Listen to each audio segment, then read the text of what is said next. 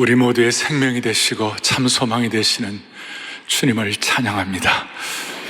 저는 새해가 되면 성도들과 함께 꼭 격려하고 싶은 성경 구절을 먼저 말씀을 드리는데, 올해는 시편 37편 4절 여호와를 기뻐하라, 그리하면 저가 너의 마음의 소원을 이루어 주시리라. 오늘 이 말씀이 그대로 새초부터 새말까지 여러분들이 함께 하시길 바랍니다. 그래서 우리 성도들 서로 좀 이렇게 격려하면 좋겠어요. 여호와를, 하나님을 기뻐함으로 마음의 소원이 이루어지기를 바랍니다. 하나님을 기뻐함으로 자, 본당, 별관, 또 우리 방송으로 들어오는 모든 분들 한 번 더 하나님을 기뻐하여 마음의 소원이 이루어지시기 바랍니다. 아멘. 기쁨이 얼마나 충만한지 오늘 주인공 다윗은 14절에 보겠습니다. 다윗이 여호와 앞에서 힘을 다하여 춤을 추는데 그때 다윗이 베옷을 입었더라 그랬습니다. 베에봇을 입었더라. 얼마나 다윗이 좋은지 힘을 다해 춤을 췄다. 오늘의 말씀의 제목은 언약궤와 함께하는 새해. 다윗이 이 언약궤가 너무 감사해서 언약궤를 다윗성으로 옮겨오는 것이 너무 감사해가지고 힘을 다해 춤을 추는데 15절 다윗과 온 이스라엘 족속이 즐거이 환호하며 나팔을 불고 여호와의 궤를 메어 오니라. 언약궤를 메고 오는데 너무 좋아서 즐거워서 기뻐 춤을 추고 어린아이처럼 그게 뛰놀았다 그랬어요. 뛰놀았다. 그런데 여러분 16절 여호와의 궤가 다윗의 성으로 들어올 때 사울의 딸 미갈이 창으로 내다보며 다윗 왕이 여호와 앞에서 뛰놀며 춤추는 것을 보고, 순수한 어린아이처럼 이렇게 순수하게 뛰놀며 춤추는 걸 보고 너무 기쁘다, 너무 감사하다, 그렇지 나도 해야지 이렇게 했어요? 그렇게 하지 않아요. 16절 뒤에 춤추는 것을 보고 심중에 그를 업신여기니라. 하나님 기뻐한다. 그 다음 언약궤에 축복이 있다. 그 다음에 정말 마음속에 여호와를 기뻐하면 하나님의 마음의 소원을 이루어주신다. 이렇게 하면 그것이 막 가슴에 막 와닿고 막 가슴이 뛰놀고 가슴이 막 그냥 벅차버려야 되는데 우리 중에 그런 분이 한 분도 없기를 바랍니다. 그래서 오늘 핵심은 이거예요.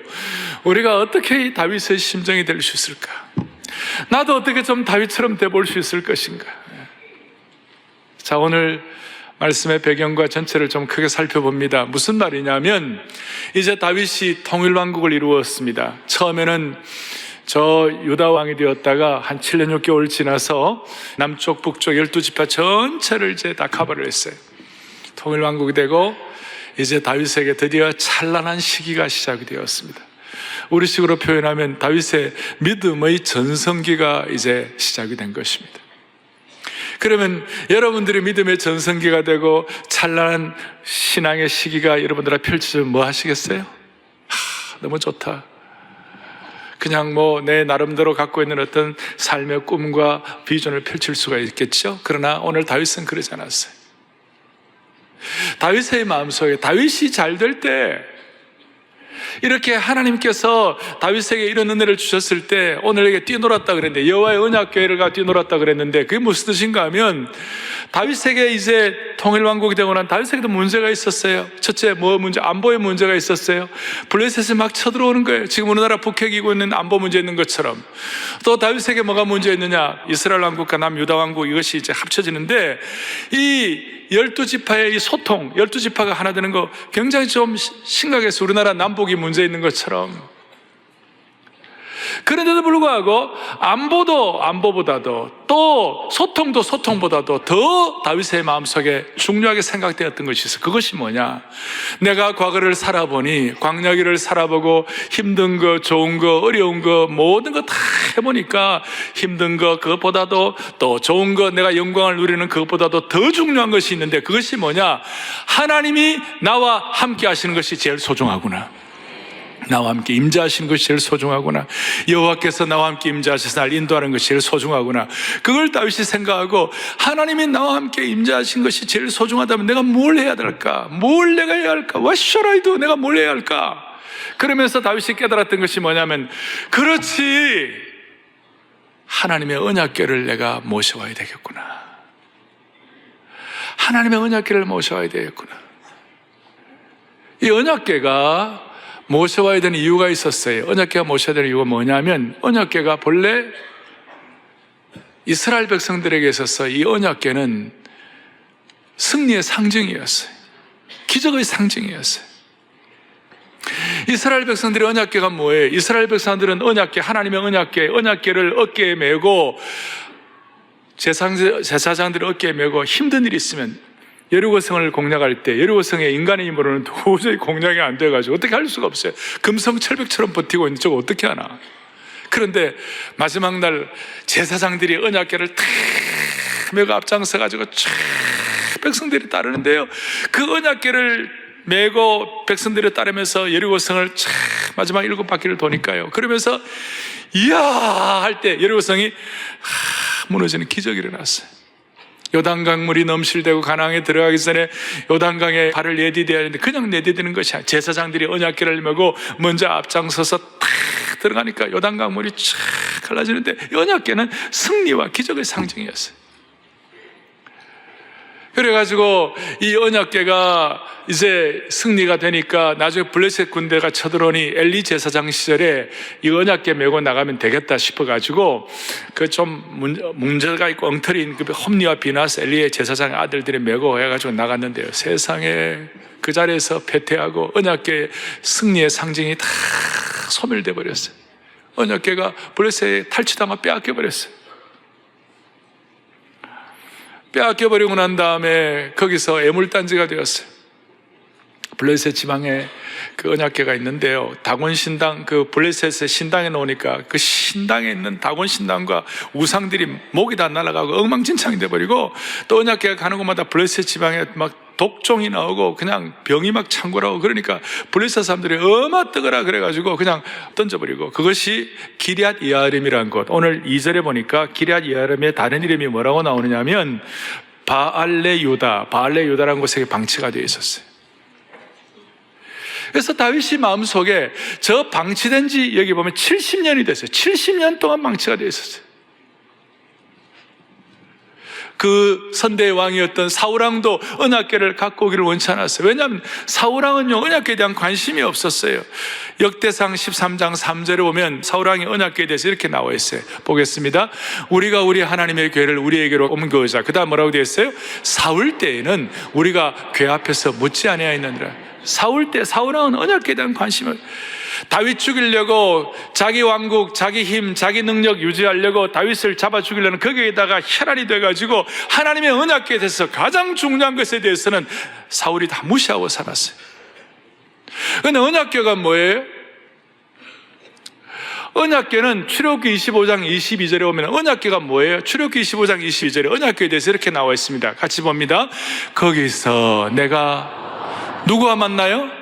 언약궤에 나오는 사람들과 만나고, 그 다음 속죄소 윗 곧 증거궤 위에 있는 두 그룹 사이에서 내가 이스라엘 자손을 위하여 내게 명령을 모든 일을 너에게 이르리라. 언약궤는 하나님의 백성들과 만나고 소통하는 장소예요. 동시에 이스라엘 자손을 위하여 주님께서 이렇게 하라 저렇게 하라 명령과 계시와 인도를 보여주는 장소, 그것이 바로 언약궤예요. 그리고 한 걸음 더 나아가서 이 언약궤에 대한 해석이 신약은 구약 속에 포함됐고 구약은 신약을 통하여 명확해지는 거예요. 히브리서 9장 4절에 신약의 히브리서에 언약궤에 대해서 이런 설명을 하고 있어요. 보겠습니다. 금향로와 사면을 금으로 쌓은 뭐가 있고요, 그리고 그 안에, 언약궤 안에 첫째 만나를 담은 금항아리와 아론의 쌍난 지팡이와 언약의 돌판들이 있고, 그에 보면 세 가지가 있다고 그랬어요. 신약 히브리서 기자가 언약궤를 해석을 하는데 언약의 두 십계명의 돌판들이 있다고. 그 돌판에 1계명부터 10계명까지 하나님의 성품이 나타나 있어요. 그 하나님의 성품을 통하여 이스라엘 백성들을 인도하시겠다. 또 그 안에 뭐가 있냐면 아론의 쌍난 지팡이가 있어요. 지팡이는 그냥 아무것도 아니에요. 생명이 없는 존재예요. 그런데 그 언약궤에 하나님의 말씀의 능력과 하나님의 기름 부으심이 있을 때 그 언약궤에 기적이 일어나고 싹난 지팡이 되는 거예요. 그러니까 하나님의 백성들에게는 필요하면 하나님이 기적도 베풀어 주신다, 이것이. 그 다음에 만나를 담은 그 망아리, 이것은 뭐냐? 매일매일마다 데일리 브레이드, 매일매일마다 하나님께서 하나님의 사람들이 일용할 양식을 허락해 주시는 것이다. 날마다 일용할 양식을 주시고 필요하면 기적도 주시고 하나님의 성품을 통해 이스라엘 백성을 인도하신다. 이것이 하나님의 언약궤의 본질이었어요. 신약적 해석이에요. 그리고 이 언약궤가 얼마나 소중한가? 언약궤를 담는 성막을 지어라. 그리고 성막을 지어서 이스라엘 백성들이 가는 곳마다 그 성막이 이스라엘 백성들의 중심이 되어라. 이스라엘 백성들이 광야길을 가면서 성막을 짓는데 언약궤가 있는 그 처소를 짓는 그걸 성막이라고 그러고, 그 성막에 무슨 일이 벌어지느냐? 성막에 언약궤를 두었을 때 그 성막에 하나님의 쉐키나의 영광이 임했다고 그랬어요. 하나님의 영광의 구름 기둥이 임하고, 따라서 이스라엘 백성들이 광야길에서 그 언약궤를 중간에 놓고 성막을 놓고 난 다음 그 나머지 전체적으로 빙 둘러서 가지고 뭘 하는가? 거기에 이제 이스라엘 지파대로 다 자기의 장막, 그 장막은 성막과 함께 아침에 일어나면 그 성막을 보고 영광의 구름 기둥을 보고, 아, 언약궤와 하나님이 함께 하시는구나. 그것이 언약궤의 신비였어요.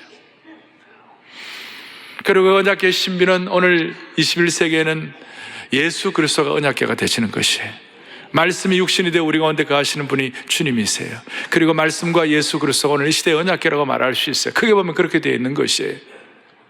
그래서 이 언약궤 앞에 어떤 반응을 하느냐? 다윗은 통일이 되고 난 다음에 제일 중요한 것이 이 언약궤를 모셔야 되겠다. 내 인생 살아보니 하나님의 언약궤가, 하나님의 임재의 최고의 상징과 임재 그 자체였던 언약궤를 내가 모셔와야 하는, 이것이 안보 문제, 이것이 소통 문제, 내 인생의 보람, 내 인생의 전체를 이것이 결정하는 것이구나. 할렐루야. 그걸 느끼고 언약궤를 가져오는 것이. 그래가지고 언약궤를 가져오는데 다윗이 1절에 이스라엘에서 뽑은 무리 3만 명을 모았어요. 언약궤를 모시고는 그 의식을 위해 3만 명을 모았어요. 얼마나 마음의 소원이 간절하면 3만 명의 키맨들을 모았겠어요? 그리고 언약궤를 모시고 오는 거예요. 3절에 그들이 하나님의 궤, 언약의 궤를 새 수레에 싣고 산에 있는 아비나답의 집에서 나오는데, 이제 언약궤가 나중에 이 아비나답의 집에서 수십 년 동안 방치되어 있었어요. 수십 년 동안 방치되어 있었는데 그 아비나답의 집에 누가 있냐? 우사와 아효라는 두 아들이 있었어요. 이 아들이 새 수레에다가 언약궤를 싣고 그 다음에 다윗성으로 이제 옮겨가는 거예요. 옮겨가는데 5절에 다윗이 온 이스라엘 족속은 잣나무로 만든 여러 가지 악기와 수금과 비파와 소고와 양금과 제금으로 여호와 앞에서 연주하더라. 우리식으로 하면 찬양대가 앞장서, 오케스트라가 앞장서가지고 그 장엄하게 그 언약궤를 옮겨가는 거예요. 옮겨가는데 6절에 그들이 나곤의 타작마당에 이르러서는 소들이 뛰므로 우사라는 언약궤를, 아까 아비나답의 아들 중에 하나 우사가 손을 들어서 하나님의 궤를 붙들었더니 7절에 여호와 하나님이 우사가 잘못함으로 말미암아 진노하사 그를 그곳에서 치시니 그가 거기서 하나님의 궤 곁에서 죽으니라 그랬어요. 제가 오늘 이 말씀을 진짜 고민했어요. 할까 말까. 왜냐하면 새해 즉사하니라. 이게 좀 뭔가 이렇게 좀 마음에 짐이 되는 거예요. 그런데 알 거는 알아야 되겠다, 그 생각이 들었어요. 제가 우사가 즉사한 이유를 뭐 명쾌하게 다 설명을 할 수는 없지만 신구약 전체를 보면서 제가 확인한 것은 이것이에요. 하나님의 언약궤는 특정한 사람에 의한 특정한 방식이 필요해요. 언약궤를 옮기다 할 때 그냥 옮기는 것이 아니라 특정한 사람, 레위지파 사람들이 그 다음에 특정한 방식으로 옮기는데 어떻게 옮겨야 되는가? 언약궤를 옮길 때는 결코 수레를 만든다든지 수레 위에 얹어가지고 옮기면 되는 것이 아니고 언약궤를 매야 되는 것이. 언약궤를 매고요. 요단강에 갈 때도 언약궤를 매고 여리고성을 점령할 때도 언약궤를 매고 매야 되는데, 당시에 그 블레셋 사람들이 언약궤를 옮길 때 수레에다 옮겼거든요. 그 방식을 따랐던 거예요. 또한 특별히 민수기 4장 15절 보니까 그러나 성물을 뭐 하지 말라? 만지지 말라. 그들이 죽으리라 그랬어요. 특정한 사람의 특정한 방식이 있는데 이 모든 것들을 아비나답과 그 두 자녀들이 어리버리하게 해가지고 또 다윗도 이걸 제대로 인식을 하지 못하고 이렇게 해가지고 우사가 즉사한 거예요. 우리는 하나님의 능력과 하나님의 방식에 대해서 우리가 눈을 뜰 필요가 있는 것이에요. 그리고 우사가 뭘 잘못했느냐? 자기 스타일, 내가 컨트롤할 수 있다, 내가 통제할 수 있다, 내가 알아서 할 수 있다라는 그것이 안 된 거예요. 하나님의 교회와 가정과 여러분 주님을 섬기다 보면 저도 교회를 책임져서 섬기지만 그러나 궁극적으로는 제가 책임지는 것이 아니고 이 교회는 하나님의 교회인 것이에요.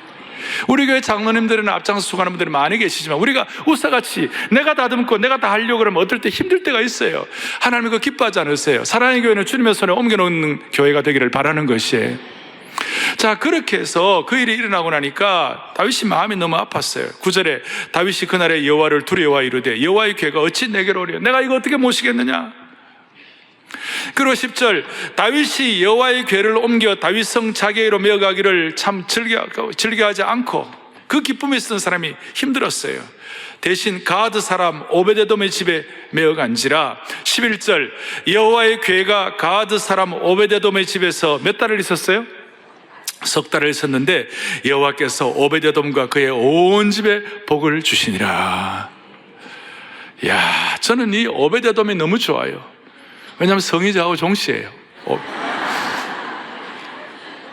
막 그것보다도 오베데돔이 난 너무 좋아요. 왜 좋은가 하면 여러분 수십 년 동안 언약궤를 모시고 있었던 아비나답의 집에서는 아무 일이 일어나지 않았어요. 그야말로 물에 물 탄 듯 어리버리한 아비나답의 가정이었어요. 수십 년 동안 언약궤를 모시고 있어도 아무 일도 일어나지 않았는데 어찌된 일인지 오베데돔의 집에 몇 달을 있었다고요? 석 달 있었어요. 나중에 이제 역대상 같은 데 나옵니다만은 오베데돔에는 아들이 8명이 나와요. 저희 오베데돔은 너무 소중해서 다음 주를 제가 좀 더 할 거예요. 그런데 이 오베데돔의 집에 석 달을 있었는데 얼마나 잘했는지, 얼마나 잘 모셨는지, 얼마나 기뻐했는지 오베데돔에게는 두려움이 없었겠어요? 우사가 죽었다 두렵잖아요. 하나님의 언약궤 함부로 만지면 안 된다 두렵잖아요. 그런데도 불구하고 그 두려움보다도 더 놀랍게 내가 이 언약궤를 우리 집에 모신 것이 너무 기쁘다, 너무 감사하다, 너무 소중하다, 너무 영광이다 이렇게 생각하니까 정말 온 집안과 온 족속, 온 그 집안 전체가 전력 투구해가지고 언약궤를 모신 것이에요. 그래가지고 3개월 뒤에 표건한 은총을 받은 거예요. 여러분 똑같아요. 오늘 이 자리에 예배를 드립니다. 어떤 사람은 하나님 하면 두려워요. 하나님 하면 그냥 너무 힘들어요. 그런데 어떤 분들은 하나님 하면 너무 기쁘고 감사하고 하나님의 보호하심과 하나님의 도움이 기억이 나는 거예요. 오늘 우리 모두는 다 오베데돔의 축복이 있기를 바라는 것이에요.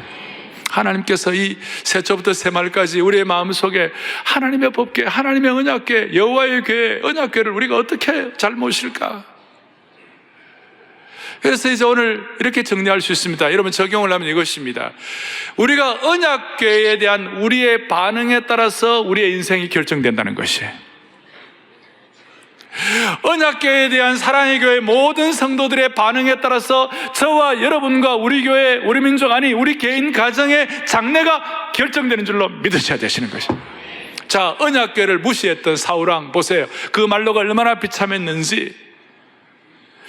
또 언약궤를 적당히 다루었던 아비나답, 그 집안 아무런 일이나 나중에 언약궤를 잘못 다루었던 우사는 즉사를 했어요. 그리고 언약궤를 앞에 놓고 언약궤 가지고 춤을 추고 기뻐하는 다윗이 있는 반면에 그걸 보고 저 무슨 채통머리가 저건 뭐냐, 왕복을 입고 있어야지 장군복을 입고 마상에서 개성가를 불러야 할 사람이 저 무슨 짓이냐 그렇게 하면서 언약궤에 대해서 함부로 멸시하고 조롱하고 무시했던, 냉소를 지었던 그 미갈 어떻게 됐어요? 나중에 하나님이 미갈의 태의 문을 닫아버렸어요. 그의 삶에 더 이상 열매는 없었어요. 미갈과 아비나답과 사울과 우사의 태도가 반응이 있고, 또 하나는 오늘 오베데돔의 반응, 석 달 만에 온 천지 동네가 다 알만한 그런 축복을 받아 누리고, 언약궤 앞에서는 일국의 왕이라도 그 영권과 그 능력과 그 권위가 대단한 그 왕이라 할지라도 언약궤 앞에서는 어린아이처럼 뛰놀며 춤을 추며 감사하며 기뻐한 그 다윗, 여러분 어느 걸 선택하시겠어요? 다시요, 언약궤 앞에서의 우리의 반응이 인생을 결정한다는 것이에요. 그렇습니다. 우리 앞에 모든 우리의 삶의 장래 앞에는 우리가 신앙적 반응을 하느냐 아니면 불신앙적 반응을 하느냐에 따라서 결정되는 것이, 신앙적인 반응이라는 것은 겸손하고 감사하고 기뻐하고 생명의 역사예요. 불신앙적인 반응이라는 것은 교만하고 불순종하고 부정적이고 책임감 없는 반응이에요. 불신앙의 반응이라는 것은 본능적 반응이요, 반사적 반응이에요. 무슨 일이 있어요? 본능적 반응이에요.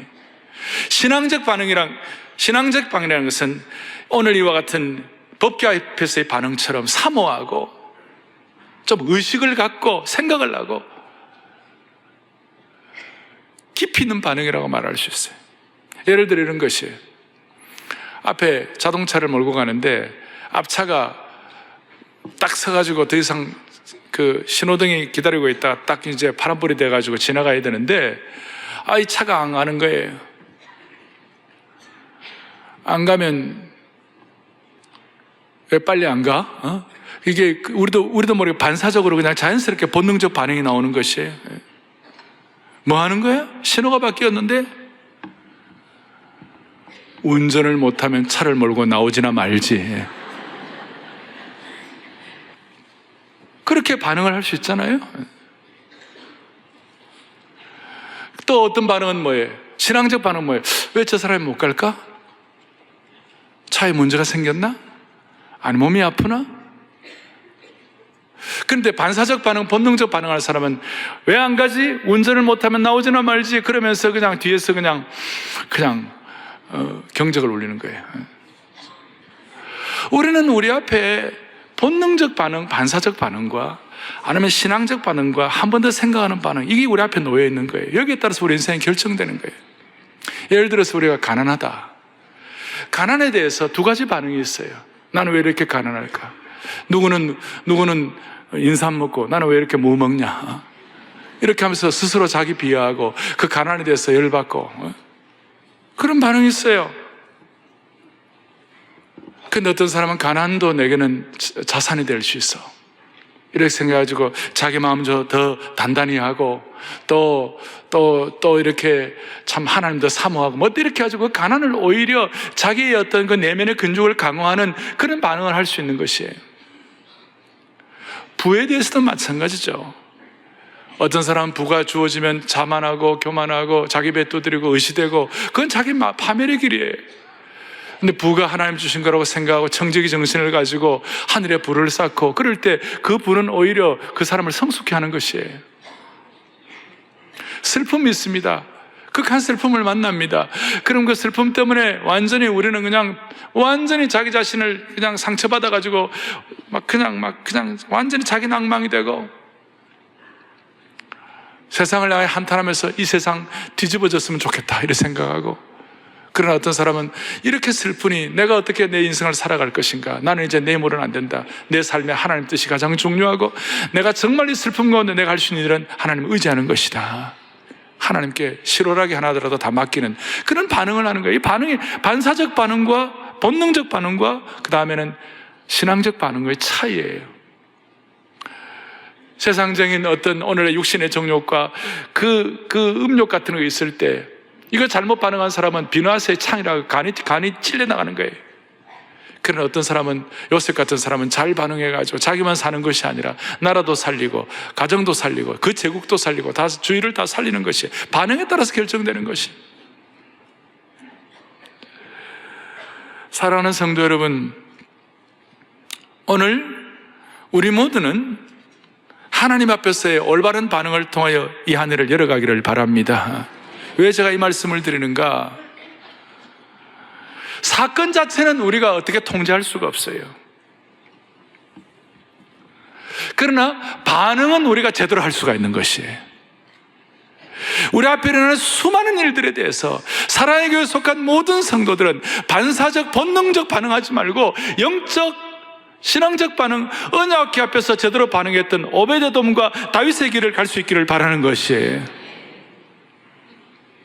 다윗은 어떻게 반응을 했습니까? 언약궤 이제 오베데돔의 집에 하나님 축복하셨다는 말씀을 듣고 너무 좋아가지고 다윗이 언약궤를 이제는 하는데, 저 뒤에 15절을 보면 다윗이 언약궤를 메어오니라 그랬죠. 이제는 올바르게 매는 거예요.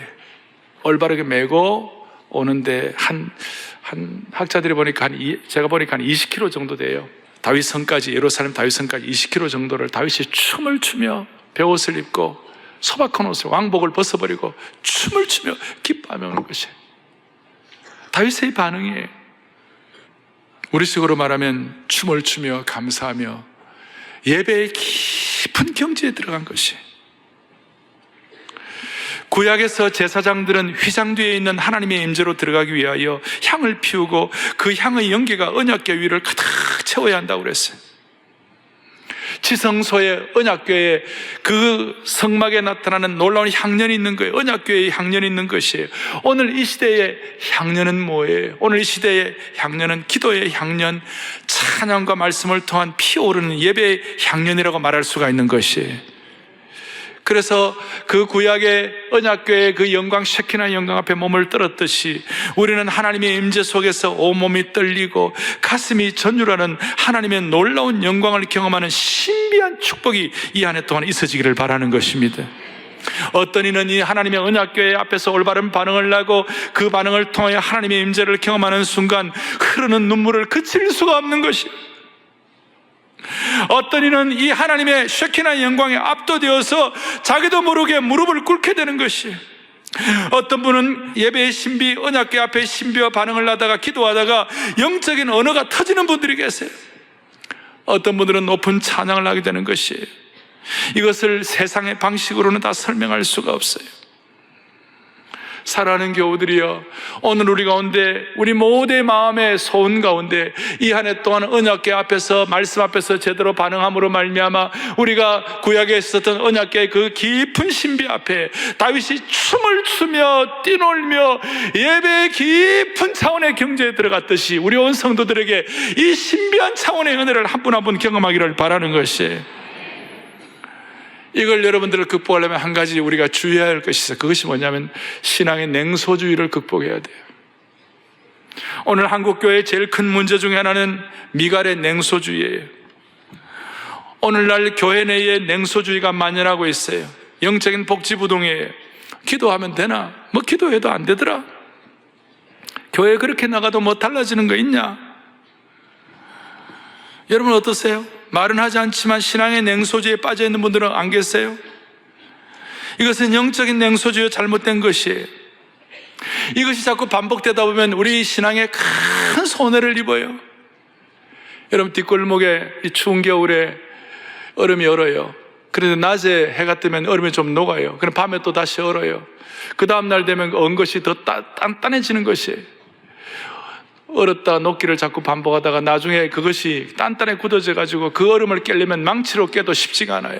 뭘 말하는가 하면 신앙생활하다가 한때 은혜 받았다가 나중에 냉소주의자가 되면 이렇게 단단한 얼음이 되는 것이, 뭘 봐도 그것이 단단해져 가지고 와닿지를 않는 것이, 뭘 봐도 그것이 내게 신비한 은혜로 다가오지를 않는 것이, 한때 은혜 받았다가 냉소주의에 빠진 것이 있다면 하나님께서 이 한 해 동안 언약궤의 신비 앞에 올바로 반응함으로 말미암아 다윗처럼 뛰놀며 춤추며 하나님의 영적인 깊은 경지에 들어가는 것이에요. 한때 가슴이 심장이 녹았다가 다시 얼면 더 강팍해진다는 것이, 어릴 때 설교 듣고 은혜 받았다가 나중에 강팍해지면 더 힘들다는 것이, 우리가 제대로 반응하지 않으면 오히려 더 단단해지고 강팍해지게 된다는 거 말씀하는 거예요. 그래서 누가복음 12장 47절에 주님이 우리를 책망하시는데 뭐라고 말씀하시는가? 누가복음 12장 47절을 다 같이 보겠습니다. 이렇게 나와 있습니다. 함께 보죠. 주인의 뜻을 알고도 준비하지 아니하고 그 뜻대로 행하지 아니하는 종은 어떻게, 다시 한번 뭐라고요? 많이 맞는다. 오늘 이렇게 회초리에 많이 맞는 분이 없으면 좋겠어요. 언약궤 앞에서 제대로 반응함으로 말미암아 많이 맞지 않았으면 좋겠어요. 냉소주의라는 말은 영어로 시니컬하다는 것이, 제가 제일 고민하는 것이 한국교회 지금 특별히 젊은이들 가운데 냉소적인 비판주의자들 진짜 심각해요. 시니컬하다는 말이 뭐예요? 따뜻한 웃음이 아니라 차가운 웃음이에요. 비웃음이에요. 이게 한국교회의 큰 문제예요. 교회에 대한 냉소주의예요. 교회 지도자에 대한 냉소주의예요. 사역에 대한 냉소주의예요. 심지어 신앙에 대한 냉소주의예요. 교회가 뭘 제대로 하느냐? 목회자들 다 썩은 거 아니냐? 교회에서 사역하고 교회 열심히 섬긴다고 해서 뭐가 사람이 바뀌냐? 믿어봐야 무슨 소용이 있겠냐? 이러한 냉소주의는 하나님이 기뻐하지 않으시는 거예요. 다시 한번, 이러한 냉소주의는 하나님이 기뻐하지 않은 것이에요. 왜 이 냉소주의가 심각하냐? 이 냉소주의는 결국 하나님에 대한 냉소주의로 이어지는 것이에요. 하나님께서 피의 복음으로 우리를 사해 주시고 우리와 함께 영원한 언약을 맺어 주신 이 언약궤의 신비한 축복을, 그걸 그냥 다 그냥 무시해 버리는 것이, 오늘의 마음속에 좀 소원을 가져야 되는 거예요. 사울을 보세요. 언약궤를 무시했어요. 사울의 40년 통치 기간 동안 완전히 그냥 방치를 해버린 거예요. 그것이 그의 딸 미갈에게 그대로 이어졌어요. 언약궤 앞에서 춤을 추는 다윗을 무시하고 경멸하고 멸시했어요. 앞에는 미갈이 나올 때 다윗의 아내 미갈이라는 말이 나왔는데, 오늘 여기에서는 사울의 딸 미갈이라는 말이 2번이나 나와요. 언약궤를 무시한 것이 다음에 전승이 된 것이죠. 그러나 오베데돔은 8 아들 전체가 다 복을 받고, 얼마나 석 달 동안 잘 가르쳤는지, 얼마나 소중하게 여겼는지. 오늘 이 한 해 동안 사랑의 교회는 선대부터 우리 어린아이에 이르기까지, 어린아이부터 포에버 이르기까지 언약궤를 소중히 여기십시다. 언약궤는 다시 한번 21세기는 예수 그리스도가 우리의 언약궤가 되는 것이에요. 말씀이 육신이 되어 우리 가운데 거하신다고 그랬어요. 그 말씀과 예수 그리스도는 동일시가 되는 것입니다. 이 한 해 동안 사랑의 교회는 언약궤에 올바른 반응을 할 것입니다. 그 중에 하나가 어제 제가 새벽에 선포했습니다마는, 제가 제 신앙에서 가장 영광스럽고 춤추고 뛰놀고 기뻐하고 감사했던 때가 언젠가, 청년대학부 하면서 춤추고 뛰었던 그 시기를 기억했어요. 그때 저에게 가장 중요한 축복이 되었던 것이 무엇인가? 그것이 바로 말씀 암송이었어요. 그리고 말씀 암송을 제 혼자 하고 기뻐한 것이 아니라 우리 형제자매들과 같이 주일마다 모여서 기다리고 기다리던 암송 시간이 돌아왔습니다. 암송을 못 외우면 좀 열받고 좀 이렇게 부담도 되고 그럴 수가 있는데, 다 하니까, 또 좀 못해도 다 묻혀가니까, 그러면 또 결심하면 다시 또 할 수 있으니까, 그래서 매주일마다 12절씩 계속해서 8, 9년 동안 계속해서 암송하는 동안에 그 모임과 그 대학부가 사기 충천하고 기뻐하고 뛰놀고 찬양하고 영적인 깊은 신비에 들어가고, 거기에 수많은 하나님의 백성들, 이 시대에 다윗과 오베데돔 같은 그런 하나님의 백성들이 배출이 된 것이에요. 그래서 앞으로 사랑의 교회는 매주 토비세 할 때마다 우리 모두가 다 총체적으로 사랑의 교회 전체가 언약궤 앞에서 반응을 해갖고 하나님 앞에서 감사하며 축복하며 뛰놀며 그 예배와 영광과 언약궤 속죄소의 신비 속에 우리가 들어가기를 원하는 것입니다. 그리고 이것이 어느 특정한 한 사람들만 하는 것이 아니라 전체가 다 해야 되는 것이에요. 여러분, 오늘 주보 안에 뭐가 들었느냐? 창립 40주년을 향한 소망과 기대가 들어가 있어요. 여러분, 이걸 잘 좀 보세요. 이것은 뭐냐면, 오늘 하나님 앞에서 사랑의 교회가 내게 주신 은사, 내게 주신 축복, 이거 하나님 앞에서 이 40주년을 앞에 놓고, 이번에 우리 40주년 40 하면 좋기는 좋은데 약간 늙은 감정이 있어요. 그래가 우리가 30 플러스 10으로 할 것이에요. 40주년은 40주년인데 30주년 플러스 10 뭐냐? 30대의 열정과 감사와 함께 10대의 순수함과 기쁨이 넘치게 하여 주시옵소서. 네. 10대 때는 사랑의 하나님 귀하신 이름이, 그러면 그 하나님의 사랑이 느껴지는 거예요.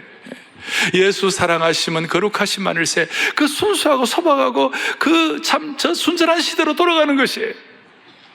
여러분, 우리가 사랑의 교회에 많은 사역들이 있어요. 우리 교회에 많은 분들이 다락방에 참여를 하고, 또 사랑의 교회 특세하면 적어도 우리 교회 많은 분들이, 우리 교회 성도들 가운데 특세하면 특세에 참여하는 분들이 직접 오시는 분들, 또 인터넷으로 온 분들 한 아마 2만 명쯤 이렇게 오실 거예요.